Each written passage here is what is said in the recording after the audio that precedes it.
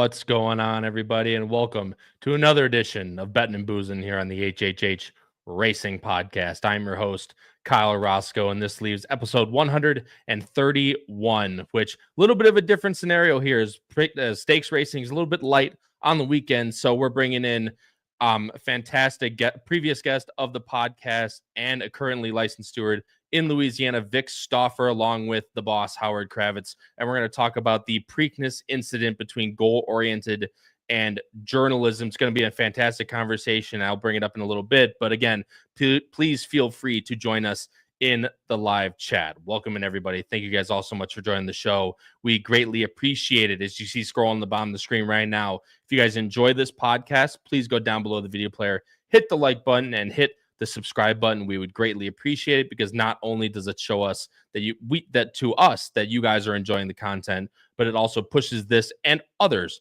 podcasts on the YouTube channel out into the YouTube algorithm to hopefully bring like-minded horse players like yourself to the HHH Racing Podcast. And of course, for that, we thank you. See our schedule scrolling at the bottom of the screen right now. Every single Tuesday at 9:30 p.m. Eastern, you have Pacific Horseplayers with Noah, Ryan, and Jackson. They actually covered California Cup Day on Saturday, May 24th. Fantastic racing out at Santa Anita.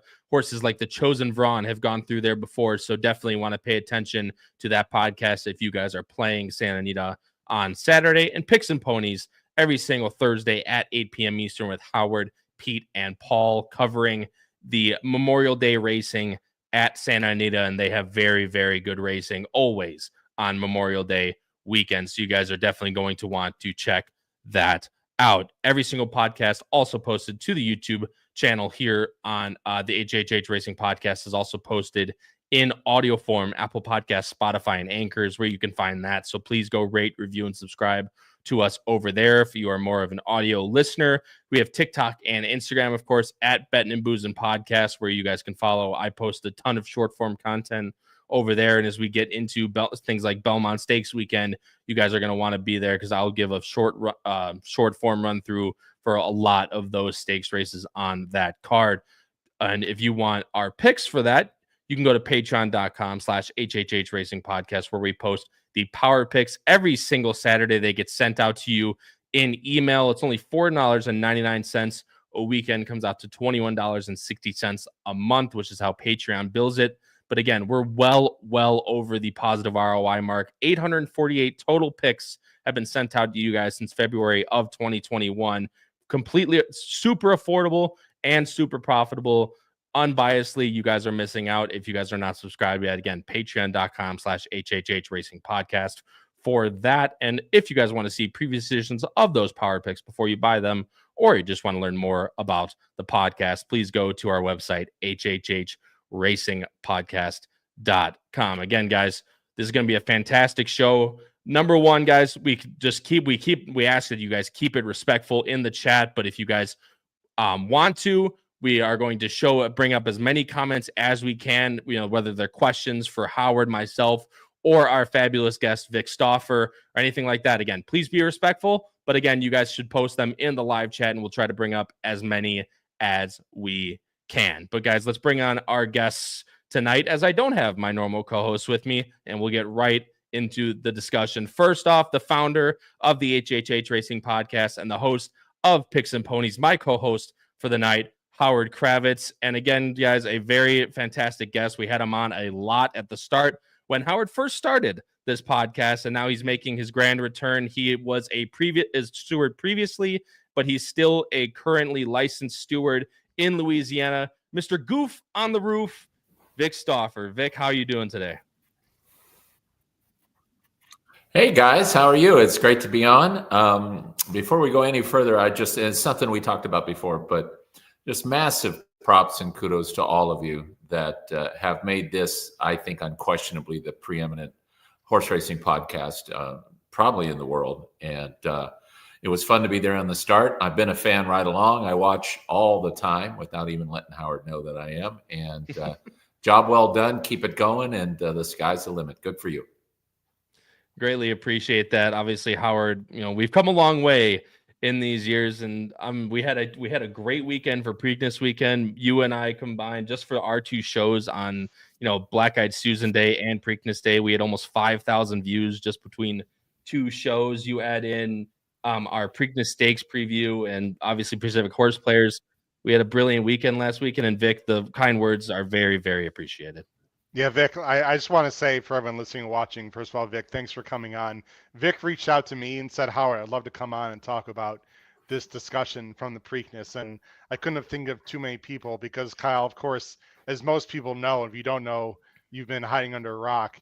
Not only is Vic a steward, but he simply was one of the best track announcers in the Correct. History of horse racing. And so, Vic, it's an honor to have you on, my friend. And he's become a friend of mine in front of the shows. I've broken bread with Vic, has met his wonderful wife, Tina, even played a little poker with Vic in person and other places as well. So I know we're going to have a fun discussion, Vic. And once again, as Kyle mentioned, everyone, we appreciate respectful comments in the chat, but please ask questions, especially of Vic, because certainly he has thousands of more times, Kyle, than you and I, as he actually adjudicated actual races. So obviously Vic's much more familiar with these types of situations than we are. No, and this is obviously a very good situation to cover, Vic. For those that don't know, if you've been living under a rock, if you somehow don't know Vic Stauffer and you didn't watch the Preakness on this previous Saturday, there was a little bit of an incident going to the top of the stretch, but also led to an absolutely fantastic performance, which we will show first, and then we will get right into the incident. Vic, I'll let you talk through it. We're going to show it from just before the half-mile pole because that kind of gives the full focus on what type of trip that journalism maybe could have gotten, did get, and whatever. So I'm going to go full screen right now, Vic, and I will let you talk through the race as it goes. I'm going to wear two hats during this. Part of it will be the unbiased, fair play, dispassionate hat that a steward wears. And then you guys know me very well. I'm very passionate about the game. Journalism looked at certain parts of the race like he couldn't lose and then he couldn't win. And you can see him now in a position where he is now pretty much committed to stay on the rail. I saw a couple of times where Rispoli thought, man, maybe I can get outside.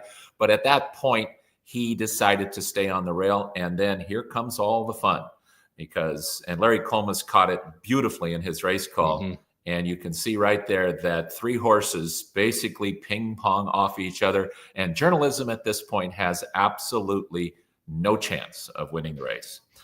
The reason he won the race is because this is a generational racehorse. This is Sierra Leone not being stupid. And if you put those two things together, you've got yourself one hell of a racehorse. And if you want to talk, we'll go to the passion side. Umberto Rispoli is from Europe, and European riders have it drilled into them way more than other places. Save ground, save ground, save ground. And frankly, in turf racing, whether it's Europe, United States, or wherever the heck it is, saving ground becomes more important in turf racing than it does in dirt racing. And he's a guy that was born of riding turf. So he rides a lot of dirt races like they're turf races. And I think in this case, it may have turned out to make it so he won by a half length on a horse that could have easily won by about 344 lengths. So that's the passionate part of it. And then obviously I couldn't agree with you more, Vic. And I'm glad you actually brought up, because that was a point I wanted to bring up later in the show, was about Rispoli and his European roots with the turf riding. That seemed to me like a very turfy ride. Save all the ground, try and get up the inside. And obviously, as you pointed out, doesn't work all the time in dirt racing in the Americas, but obviously it did end up there. Howard, you have the drone shot to pull up as well, so we will do that right now. And Vic, I'll let you talk through what you first see as we watch the drone shot. But Howard, of course, you have a question for that as well. Well, before I bring up the drone, Vic. Yep. And obviously Vic is looking at this, ladies and gentlemen, more from a steward standpoint, while Kyle and I are looking at this more as a handicapper and betting standpoint, irrespective of who Kyle and I had in the race. That's inconsequential. So when you hear Vic talk, and Vic, I don't mean to speak for you, but I think you're talking more from a steward's view. So here's my first question. I know you know the answer of this because we talked about it this morning, Mr. Stauffer, and that is, as a steward, how do you determine who's at fault in any race, whether it's turf, dirt, main claiming, grade one? Is there a word or phrase that comes to mind right away as a steward as how do you determine who's at fault? Well, that's a great question. It's a long-winded question. Let me set a couple of parameters with regard to the process first, and then I will answer that question. Because I think many of the people that are watching don't necessarily understand exactly what the stewards are doing and what various parts of the process entail.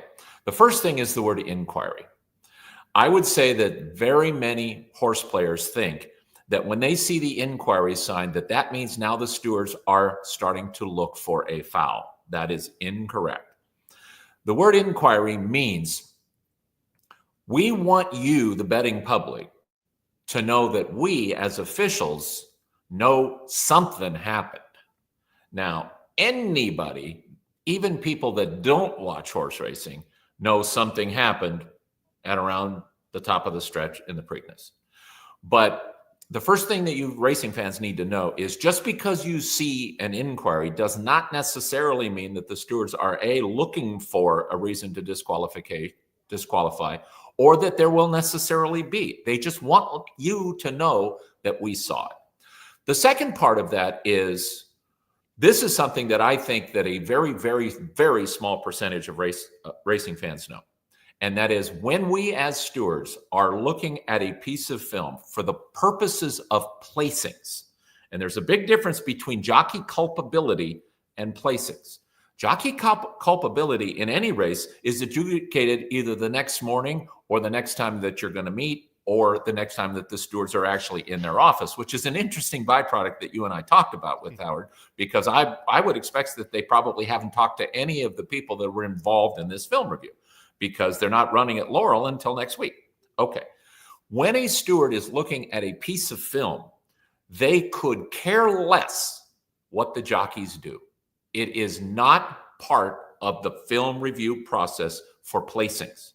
They are looking at the horses and what those horses did to each other. Okay? And I don't think a lot of people understand that. Well, he was hitting right-handed or he was hitting left-handed. All of that is important, but it's not important as it relates to placing. We are looking at the horses in the race as though there weren't even jockeys on their back. So those are a couple of things that I think that you should know. Now, since that's my usual long-winded way of taking an hour and a half to watch 60 minutes, ask me that question again, Howard. Is there a word specifically in the English language or a phrase that allows you to determine who's at fault, no matter the situation? Yes and no. The way we determine if there is potential for a disqualification is this basic sentence: was a rival cost an opportunity at a better placing? That's the criteria of deciding whether or not there's a potential for a disqualification. There's lots of ways to cost a rival an opportunity at a better placing. As it relates, and I'll be a little bit more case specific now when we're talking about this piece of film that we're about to see. As a matter of fact, Howard, if you want to bring up the still shot. Right here. Okay. And I'm going to lean forward here and put my glass. No problem. I know there's a word that starts with an I that you're going to get to. Yeah, I'm getting to that. Okay. The shot that you guys see right now, the four horses that I think are very compelling for this particular piece of film are the horse that's in front by a neck. That's Clever Again. Right. The horse that's just outside of him in second in the green with the green cap, that's Gosker. Correct. Move it back. Go to that. That is goal-oriented. And then behind him is journalism. Okay. So now that's going to set the stage. Now, there are a couple of things that we know for a fact. Now, remember, Steward's inquiries and Steward's film review is a very subjective process. You can have 3 highly trained, competent stewards, and they can look at a piece of film and not necessarily agree. That's why you will hear that many stewards' decisions are not unanimous, they're majority. I've been part of the majority. I've been the minority as a steward over the years. Okay, now let's talk about what I want you guys and the listener and watchers to decide for yourself. Okay, what you're going to see is, first of all, something that we know beyond a shadow of a doubt, and that is we had 3 3-year-olds, very, very talented, tired young horses that are still learning. And when the incident happens, it is irrefutable that they started bouncing off each other.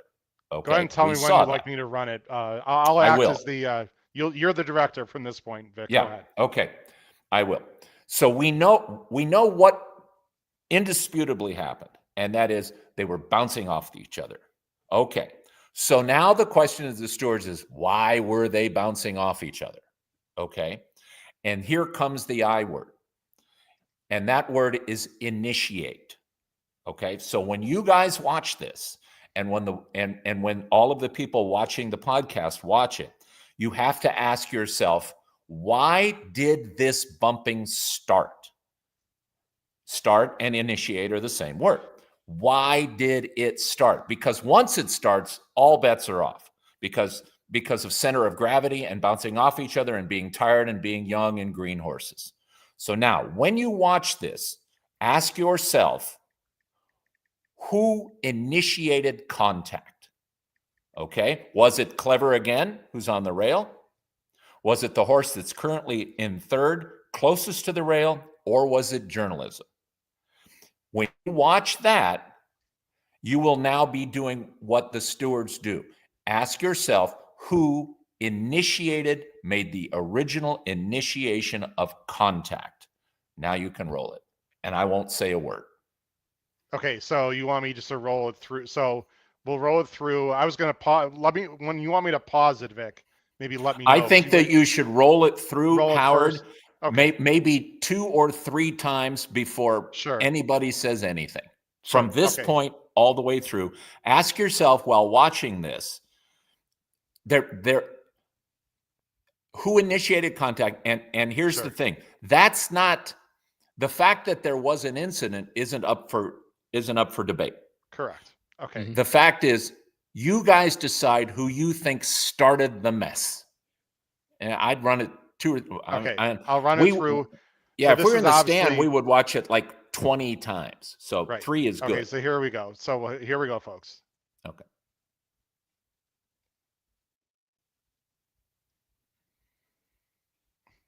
So here's journalism moving up into trying to get into third here. And then there's the contact. It automatically does it in slow motion, Vic. That's not me, just to let you know, which is good.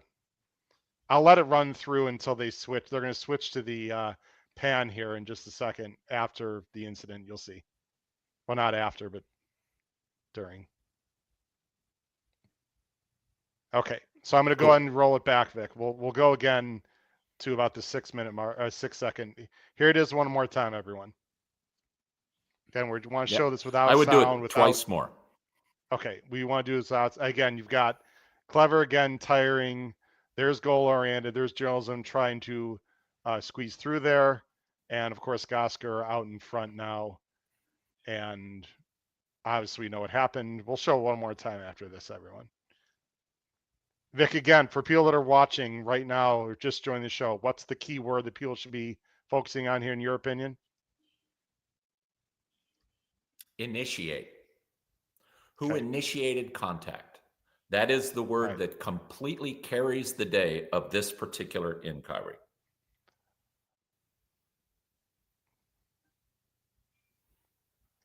So they come together there, obviously goal-oriented and journalism, while Clever Again is already fading. And Gosker takes the lead. Those of you that are listening on our listening platforms, you greatly appreciate that. But what we highly, highly recommend everyone do is probably go to YouTube and watch us either live or as a replay, so you can see what we're looking at. Otherwise, it doesn't make quite as much sense. All right, Vic, I'll bring you on screen now, and let's go ahead. I'll go back to the 6-second mark where we started, and you can commentate on anything you'd like, Vic, from this point. Okay, Vic, I'm going to be very brief on that because I think the best way to get the message across is to answer questions more so than from you and from Kyle, and then hopefully from the people that are watching. But I will tell you this is, and I'll tell you it before you run it again. As the horses turn into the stretch, some people are going to say, well, journalism was in a place he shouldn't have been. And freeze it for a second, Howard. There you go. And they're going to say he bulled his way through knocking these other horses around. Okay. At the end of the day, the way I see it is, and we'll show it to you right now, journalism is closest to the rail, goal-oriented. Now they're apart, and then watch as goal-oriented drifts inward towards journalism. Right? There. There. Okay. Journalism was running straight. At no point did he deviate from the path that he was on. He was in about the 1.5 path, and he never changed that path. On the other hand, goal-oriented, if you go back to the freeze shot, was roughly in the 2 or 2.5 path. Okay, so as you said, they came together. All right, stop it right there. See the gap between these two horses? Okay. Right. We're talking this gap right here. We're not talking about the Clever Again Gosper gap. We're talking about this gap right here. We're talking about that gap right there. Is that correct, Vic? I want to clarify. That is correct. And don't start it yet, but when you start it, okay, ask yourself, does journalism maintain the same path he was on? Yes or no? And then does goal-orientated maintain the same path that he was on? Yes or no? And then now you will know when you decide for yourself that who initiated contact. And can I ask you a question, Vic, right here? If I may interrupt you, can I ask you a question? I want to put you on screen here for a second. Okay. Right at this point right here, Vic, it's hard to see maybe people, but Rispoli's got his hands up on the reins. He's aggressively hand riding. Clearly, he's made a decision to try to go through. I guess he's figuring a hole. I guess my question here, Vic, and Kyle, please feel free to agree with me or disagree. Yep. My question to you, Vic, for people that believe that Pratt closed the hole, so to speak, is what hole is he trying to go through right now? Doesn't matter. Rispoli. Well, it doesn't matter. But to me, it does matter a little bit because he's creating, by trying to get through a hole, in my opinion, just my opinion, by trying to go through a hole that's not there, unless we think this is a hole, he creates part of the problem when, and again, Vic, feel free to disagree. And I looked at this really closely today, even more close than before. Could he have not come up here inside of Clever Again? Isn't this space here much bigger and less dangerous than this space right there? I guess is one of my questions. Maybe he could have. There's a basic. No, stop. Take it back where it was. Sure. There's a basic rule of thumb, and that is that good right there, Vic? Right there. Yeah, that's perfect. Jockeys say something that's called outside one, inside two. Okay. So, but Rispoli's no dummy, and he knows that Ortiz was flat out a horse. So the last thing you want to do is to try to go inside a dead horse because you're going to get yourself put into the infield. But to be more specific about your question is, well, should he gone for a hole that wasn't there? The answer is, at this point, Howard, has he fouled anybody? No. No. Okay. At what point do you feel that he is when you watch it run, at what point do you believe that journalism fouled another horse by taking away a rival's opportunity at a better placing? Okay. Mhm. So just because, and I'm not going to call Rispoli a dummy because he's a brilliant race rider, but just because a jockey makes what is potentially a really bad decision, okay, that doesn't mean he's committed a foul. That doesn't mean he has denied an opportunity to a rival of a better placing. Mhm. You can only you can think you might commit a foul. You might be forced to commit a foul, but until you actually commit a foul, all you're doing is either you got balls that weigh 50 pounds each, you're really stupid, you can't control your horse, or you're going to get really lucky. But all of those are not fouls, and they're not in the rules. The rules are, did a horse, by virtue of his contact, force a horse to check or impede his forward progress and cost him an opportunity at a better placing? So when you're saying, well, should he have gone for this hole or should he not have? My answer to you is, who did he foul? Mhm. Even right here. What has Rispoli done to foul another horse? Should he be there? I can tell you that at this point, Mike McCarthy was saying, what? Yeah. What? Vic, Mhm. This is a $20 million horse and you're about to get him dropped. But because of decisions made earlier in the race, now this is the hand that he has to play. And if I want to go out and extrapolate a little bit more, using more opinion rather than steward theory, I guess I can do that at this point. Journalism saved his ass, man. Oh, yeah. No doubt about Because that. right now he's got Oh, yeah. two choices: get out or get in. And journalism said, all right, you did this, I'll take care of it. And what he did was a legendary thing, because I'm going to tell you something. Right now, if Rispoli tries to get out of there, he's going to get himself dropped.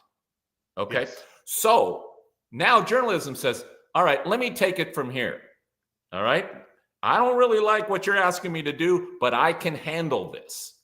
And he saved his ass and he got through and he won a Preakness that people will never forget. Something that, and Kyle, I'll let you jump in No, just in a second. I want something that we do agree with, Vic, that I think people are misunderstanding about this whole situation. Once they're ping-ponging off each other, all bets are there's off. not much that can happen. There's been chat about people that are upset with Pratt. That look, the horse's head is turned. He came over. He's one that smushed him into clever again. Once, and I know you and I agree with this point.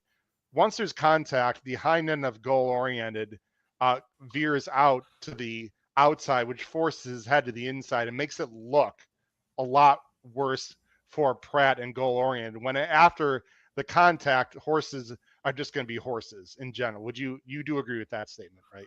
It's called tipping. The first legendary case of tipping was the Breeders' Cup Classic with Wild Again, Gate Dancer, and Slew of Gold. Everybody thought Slew of Gold was coming, or that Wild Again was coming down. Who initiated contact in that? Gate Dancer. He knocked Slew of Gold into Wild Again and made it look like Wild Again was coming out. Have you ever had somebody just push you in fun or in not in fun, and you kind of lose your balance and they push you? What happens? Do you go away for them or do you fall towards them? Do you try to regain your center of gravity and you end up going towards them? So now you have three 3-year-olds that are ping-ponging off each other. So what does that do? It brings you back to the one word that matters: initiate. Who initiated contact? And that, I think, is very clear based on this film, that contact was initiated by Pratt and goal-oriented. Now, you want to get into why he would do something like that. I can tell you that if this is Thursday and the 4th race at Santa Anita, there is zero chance that he would do that because riders take care of each other. There's a thing that stewards always remind riders about, and that is relieving pressure. If you got 4 horses and there's basically only room for 3, relieve pressure because you all want to go home at the end of the day not dead or paralyzed. And Pratt and Rispoli are friends, just like most of the guys in the jockey room. If this is the 3rd race on Saturday at Santa Anita, he's going to relieve pressure. And he's going to know that at some point, the tables are going to be turned and Rispoli will relieve pressure for him. So everybody goes home alive and it becomes reciprocal. But a race like the Preakness is a classic. And so it will cause a guy in his unfettered desire to try to win a classic race or get a 1, 2, 3 position in a classic race to make a mistake. And that is something that every professional athlete who has ever competed at an elite level does. Guys throw ridiculous interceptions. Guys pass interfere when they know that they shouldn't have, but they're overzealous. Pratt kind of lost his mind because he was riding a Preakness. And he knew that Rispoli was flat loaded behind him. So his best chance at a 1, 2, 3 placing is to put Rispoli in the trick bag and get him out of there because he knows he's not going to beat him no matter what if he gets through. It's careless riding. Is it malicious? No. Is it dangerous? Yes, but they do a dangerous sport. So Pratt just kind of, the moment was too big for him at that point, and he didn't really think it through. Now, remember, he's going 35 miles an hour on a 1,000-pound horse, and he just made a mistake. It's that simple. He just made a mistake, one that I'm sure he regrets. Now, I'm really going to shut up now, but I'll be happy to answer any questions that you guys have. No, and like I said, and I'm very glad you brought that up, Vic, because I wanted to go back to the beginning of the drone shot, because I'm in complete agreement with you on this, that I think it's very clear that when they're going through, journalism is keeping his line. You know, Pratt comes over what you said, like a path or whatever it is, although he's the one that initiates contact.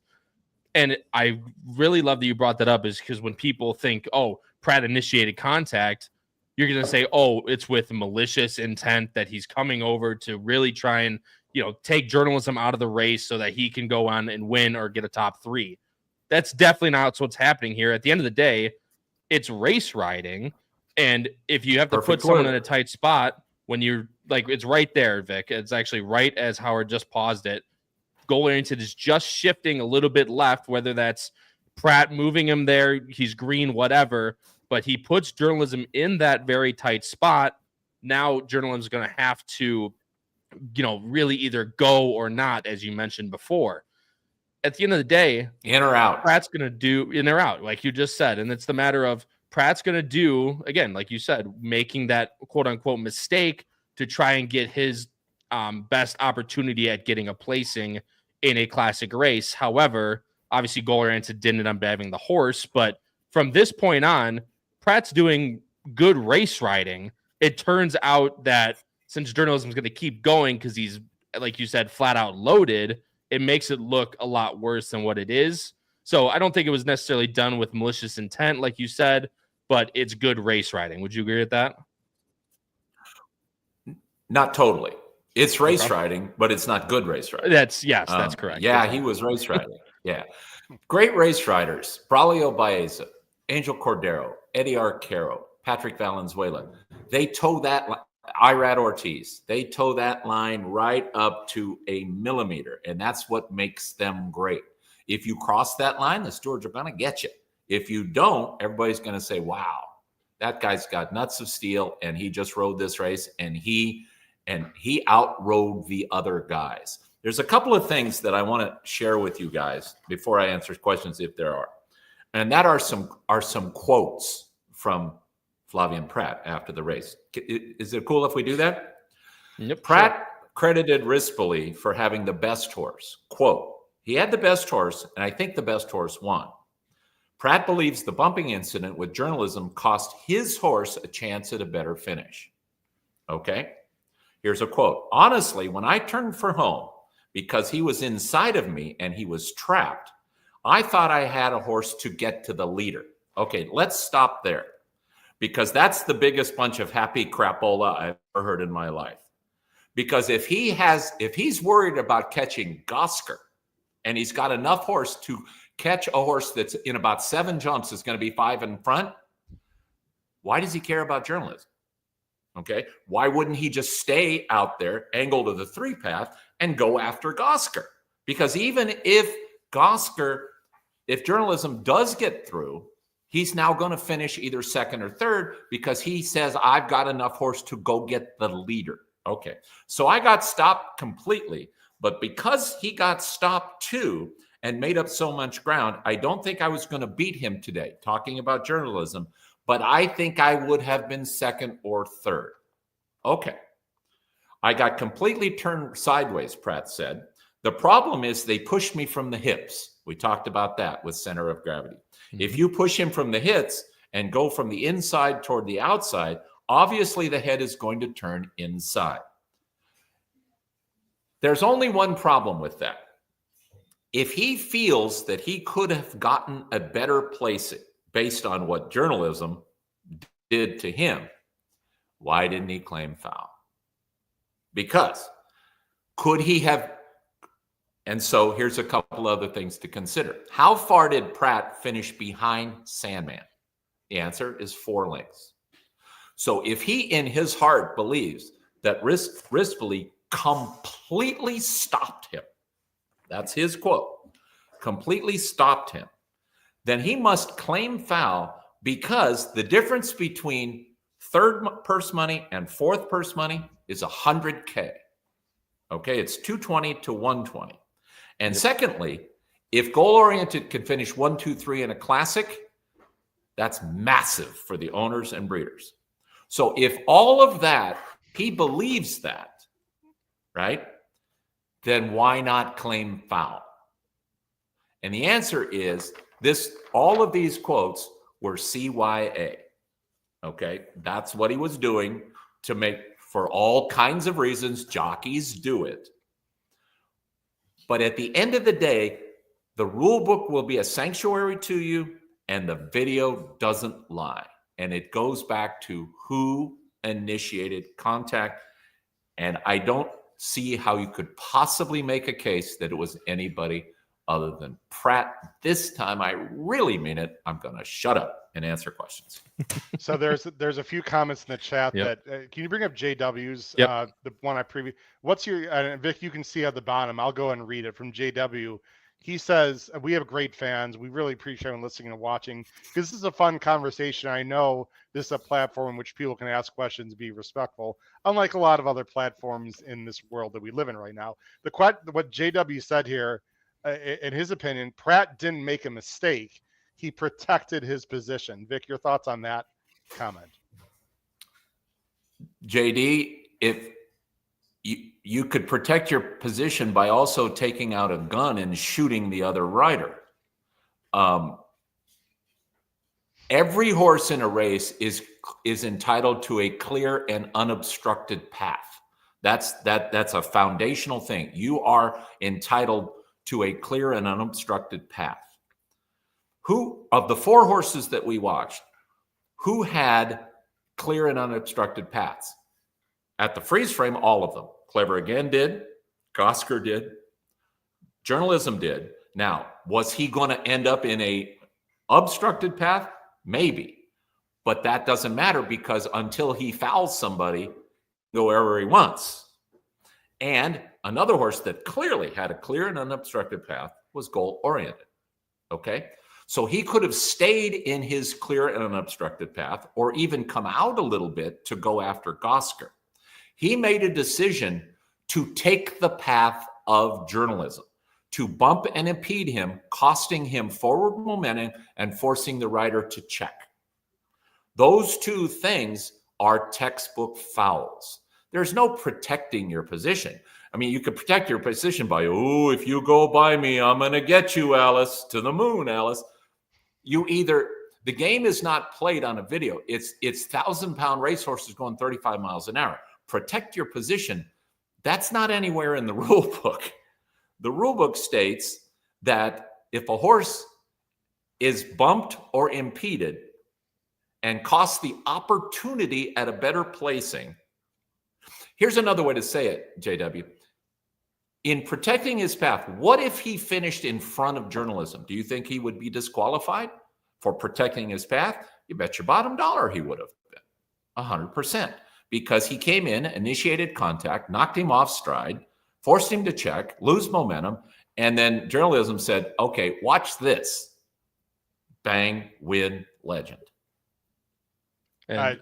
Jimmy just put something in the chat, Kyle. I just want to respond because, Yep. and you can put it on there if you want. Jimmy, we already lauded the praise. Maybe you're joining us late, Jimmy. The first 5 minutes of the show, we lauded the praise of journalism and said how amazing an effort. In fact, Vic called him generational talent. So respectfully, Jimmy, we already discussed that. I want to ask Vic a question. Yep. And we were rolling about 5 or 6 more minutes. We appreciate everyone. Kyle will ask some questions also and wrap up the show. Vic, you said that correctly that goal and finished 4 lengths behind goal oriented. I'm sorry, the goal and finished 4 lengths behind Sandman, right? Yeah. I don't think that's it's correct, but I don't think there's any doubt in my mind. This is after we spoke this morning to Vic, my opinion, that I'm about to suggest say here. I think goal oriented would have been much closer to Sandman. Obviously, that bumping completely stopped his momentum and slowed him down in the same vein that we would easily say journalism would have won by 3 or 4 lengths if he just decided to go wide with him. So to suggest that, in my opinion, that goal oriented, wasn't going to beat Sandman, I think I personally got to be a little bit careful with that, Vic, because obviously goal oriented I never suggested that. No. Well, you said I never suggested he wasn't going to beat Sandman. I never even said anything remotely like Flavian. That. Okay, maybe I misunderstood what you were saying. I just want to point on the fact that I think goal oriented. Okay, the difference between if there was no bumping, that's all. That's all I want to say. The difference between Sandman and goal oriented was 4 lengths. Okay, right. If Flavian believes that journalism cost him 4 lengths, then he should have claimed foul, which, by the way, would have put journalism behind goal-oriented. Which I agree with you. That's the only relief. I don't know why he didn't claim foul. If there was a time in the Hollywood Gold Cup where, he didn't claim foul because he knows that he was the one that committed the foul. That's why he didn't claim foul. But if he had claimed foul and it was successful, journalism would have been placed 4th in this race. The winner would have been Gosker, followed by Sandman, followed by goal oriented, and then journalism would have been placed 4th. There was a time in the Hollywood Gold Cup where Chris McCarron fouled a horse at the top of the stretch, and I was trying to remember the horse's name today, and I couldn't. He fouled a horse at the top of the stretch, and that horse had to take up very sharply, and Chris went on to win the race by 7 lengths. But the horse he fouled got beat ahead for 2nd. The stewards had to take that horse down, who was clearly the best horse, and put him behind the horse he fouled because he cost him an opportunity to finish 2nd. And because of the foul, he finished 3rd, and the rules dictate if you cost another horse an opportunity for a better placing, it doesn't matter if you win by 384 lengths. If that horse could have been 2nd, save for what you did to him, you have to be placed behind him. In a race like the Hollywood Gold Cup, that's a very, very big deal. So they took down a horse that he won on by 7 lengths. I can't remember the horse's name, but probably somebody that's watching the show will. As Kyle asks some questions or takes care of the rest of the show, I do want to bring up for everyone a poll that I put out on X with 212 votes that I'll put on the screen. The question is not who is at fault, just to be clear. The question of this poll, what should Flavien get a suspension? I'll just put it on the screen. It's a little bit hard to see, but you can go to my X channel. Just for everyone to know, about 73.1%, the bottom two felt like Flavien should not get a suspension, while 26% or 26% plus said that he should. Again, that poll was not who was at fault. That poll, Kyle, was should he get a suspension? No, right. And Vic, I was going to throw that to you at the end of the show to kind of close out. Is that, do you think there should be a suspension involved? But the thing is that I completely agree with everything you said, and the fact that, if maybe if Glorienta did finish, like you said, ahead to Sandman or whatever in that case, then you could argue, yes, that the contact ended up costing the horse third place by a head, probably not by 4 lengths, which is what you ended up alluding to. JW asked, did anyone ask Prat why he didn't claim foul? I know you had those quotes from him. And the argument is that go ahead. Yeah, it says Prat did not claim foul, nor did the steward speak to him, which sounds a little strange to me, but according to Prat. I think we have to go back to one of his quotes. So I got stopped completely. Okay. Stopped completely is more than 4 lengths. Stopped completely is stopped. So if he got stopped completely and it was Rispoli's fault and he only finished 4 lengths behind Sandman, he should have claimed foul. So why I got stopped completely, he said. That's his quote. So he didn't claim foul because he knew that he was pissing in the wind. That's why he didn't claim foul. Correct. And like you said, obviously, and made us smirk a little bit, was that when he probably knew he committed after the aforementioned foul, which ended up, again, there's nothing you could do about that when they take this type of meticulous look at it. Right. Who came over the pass in the end of the day? But another important part of this is we as stewards, we expect them to advocate for their own position when we talk to them. Yeah. Oh, jockey, Judge, you won't believe he completely knocked me sideways. Okay, we'll take a look at it. He's not going to say, well, I probably came in and made a little tight on Rispoli and all that. He is going to advocate for his position for a number of reasons. 1, because he wants to advocate. 2, he wants to try to absolve himself of a little culpability. 3, he wants to ride the horse back for Baffert. And so there got to be somebody to blame, stuff like that. So jockeys will get on the phone and you expect them to advocate for their own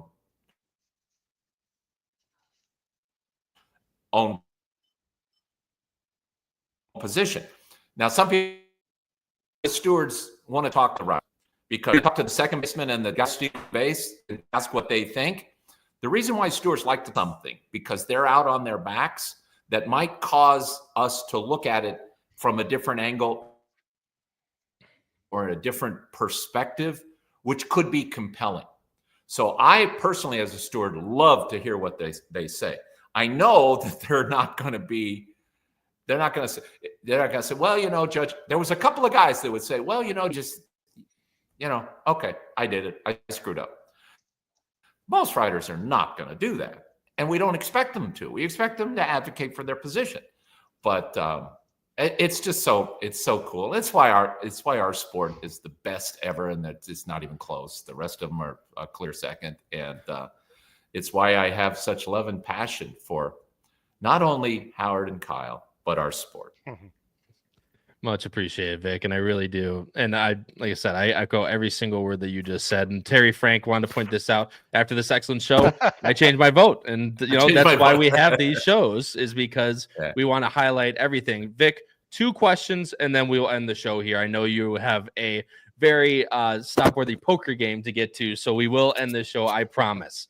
One thing is actually about stewards, and I think this is actually a really good answer for a really good question for people that don't know a whole lot about stewarding. Is, Vic, as a retired jurist, this comes from Jeffrey Amster, who's a very longtime viewer of the show, said, I'm interested in knowing about your deliberative process in terms of being a steward. Do the stewards try to persuade each other and possibly change their votes? Like you said, not a lot of stewards' decisions are not unanimous. So how does that play out in the stewards' room? Maybe even something like this for the Preakness. Great question. The proper adjective wouldn't be persuade. The proper way of saying it is be passionate about your position. It's like a jury room when you're watching film. And sometimes jurors can have their because of a compelling argument that was made, you can sway a guy. Each steward has a singular vote.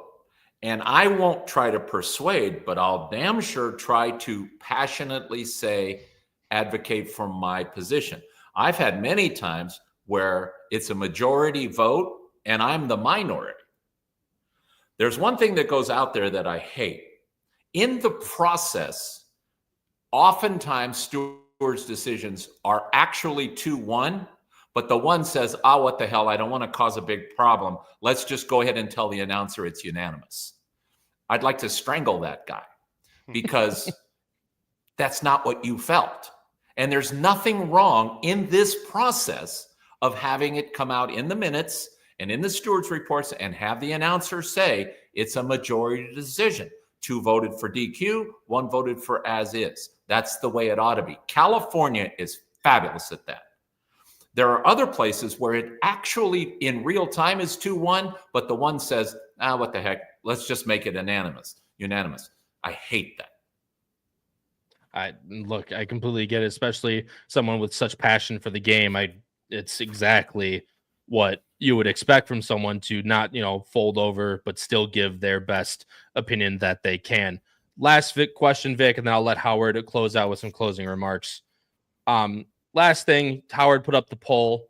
Do you think there should be any, as a steward, do you think there should be any suspensions, fining? Obviously, you think Pratt's the one at fault in terms of that party. Do you think any suspensions or fines should be handed out from this incident in the Preakness?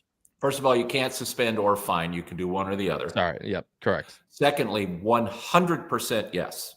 And the reason being is the rule book doesn't change because it's the 13th race on the 3rd Saturday in May. The rule book is if you bump and impede another rider and cost him an opportunity of placing, and that is textbook careless riding. So if you allow him to do that and just say, well, it was the heat of passion and all of that, the end result of that is going to be paralyzed jockeys and dead horses. You must follow the rules of racing. He, in my opinion, as a steward, rode carelessly and didn't think it through. And by the virtue of that, you must follow the rule book. I personally don't think it was totally egregious. I think he maybe kind of lost his mind for a few strides.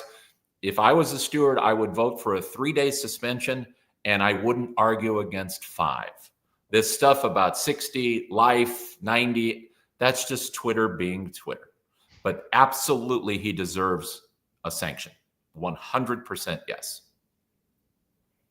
And like I said, I love that you have, like I said, I love your steward's view on it because, again, like you said, at the end of the day, it doesn't matter if it's a 40 claimer on Thursday or a grade 1 in the Triple Crown.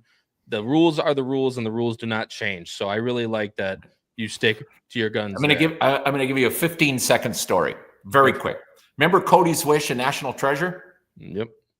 One of my best friends in the world is Kim Sawyer. She's one of the 3 stewards in California. And everybody said, oh my God, they're never going to take Cody's Wish down, right? I asked Kim, who is as far away from being a horse player as anybody in the world. I said, well, did you guys consider, I knew the answer, but did you consider that it was Cody's Wish? And she said, I thought it was number 7 and number 3. I didn't even know who they were, and I didn't care. I was watching the video. And Paul knows about this. Howard, you know this story with Paul. Yes. Kim couldn't care less. It's the same as the 3rd race at Beulah Park, which is still in there. It either is a foul or it's not, and it costs an opportunity. Who they are couldn't possibly be more meaningless. No, and obviously, Howard, you have some closing remarks here, and like I said, I just love Vic's. Certain the way he looks at it. It's fantastic. Yeah, and I'm sure you looked at that. The guy is passionate, and that's why we love having him on, because he's passionate and he gives exactly what he thinks right out to you guys, and that's why we have him here. I'll tell you what, I love Vic. He almost convinced me, but he didn't. Let me just let me put some final thoughts out there. First of all, then Vic, you better start learning. All right. I have a lot more to learn, apparently. First of all, Vic, thanks for coming on. I want to say a few quick things here. First of all, this was reminiscent of 20 years ago with the Fleet Alex. And those of you that are old enough to remember, I got to be honest, what a Fleet Alex did was more impressive. And if you don't believe me, watch that replay, because he went literally to his knees. It was on the turn, which is he went to his knees practically and still opened up and won. Please watch the Fleet Alex video from the Preakness, which has nothing to do with this particular race, but just want to mention that. Number two, Rispoli is an excellent rider, a great turf rider. However, I wish he did one of three things in this race. The first one is I wish he decided that I'm on the best horse, just go wide, not mess around. And Vic, I know Vic agrees with this. He would have won by 3 or 4 lengths. And respectfully to Vic, we wouldn't even had him on the show right now. Listen, number one. Vic said 343 lengths to be specific. How much he would have won by. Number two, I'm not going to show it again. We already have talked ad nauseum. If Brian Hernandez or Calvin Burrell was writing journalism, he would have gotten through on the rail and he would have won without incident. That's just my opinion. When I say the rail, I mean, he would have gotten inside clever again. I realize what you're saying, Vic, that you don't want to mess with a tired horse, whatever. But I think, they yell to each other on the track. I'm inside. I think he would have gotten through and won. It's not what I would have done. But I think Ortiz he could have done that also. Ortiz might have given him a shot. He might have, but boy, you don't want to run up on the heels of a dying horse. That's a good way to get dropped too. And number three, he might have given him a shot. Number three, I also don't understand, and it's not. Look, the ride Rispoli was as ballsy as ever. So if people are watching thinking I don't like Rispoli or is a bad ride, both those statements would be completely false if you believe that. I also don't understand. The last thing, I think he could have just waited, stay behind, follow Gosker, and then find a hole later. It's not like the wire was 20 feet away from that. So although Rispoli made a decision, fine. I think he made 2 or 3 bad decisions, and I think that's what ultimately caused the reason why we're even having this discussion. That being said, it was a ballsy ride, ended up being that way, and journalism is a superior, fantastic animal. That's all I want to say. Vic, again, thanks for coming on. Journalism saved Rispoli's tuchus because he's so great. And that's what I was going to say to close out the show, Vic. You hit it on the head, is that at the end of the day, probably, again, not the best decision that we showed the replay from the pan at the half-mile pole. There was definitely room to go 4 wide. Rispoli ended up not going out and just got bailed out by an animal that is very superior to the others that were in the race. But at the end of the day, that is why we love horse racing. That is why we watch it every single day, because of horses like journalism. Vic, thank you all. Thank you so much for coming on. Can't thank you enough for everything you've done. Obviously, for the world of horse racing and stuff, it's an honor to have you on not only Howard's podcast, but on my show on Howard's podcast. So again, greatly appreciate it. You're welcome anytime. Howard, of course, taking time out of your day to hop on to Bettin N Boozin, even though you got a show tomorrow. Also greatly appreciate it. And thanks to everyone out there for watching and commenting in the chat. We had a very lively chat and a very lively audience all the way through, many hundreds of viewers watching from all around the world. So greatly appreciated, everyone. And until next time, this has been episode 131 of Bettin N Boozin here on the HHH Racing Podcast, covering the incident, if you will, between journalism and goal-oriented in the 2025 running of the Preakness Stakes. And until next time, everybody, crush your bets, win those photos, and stay safe, everyone. We'll see you in the next one. Have a good night.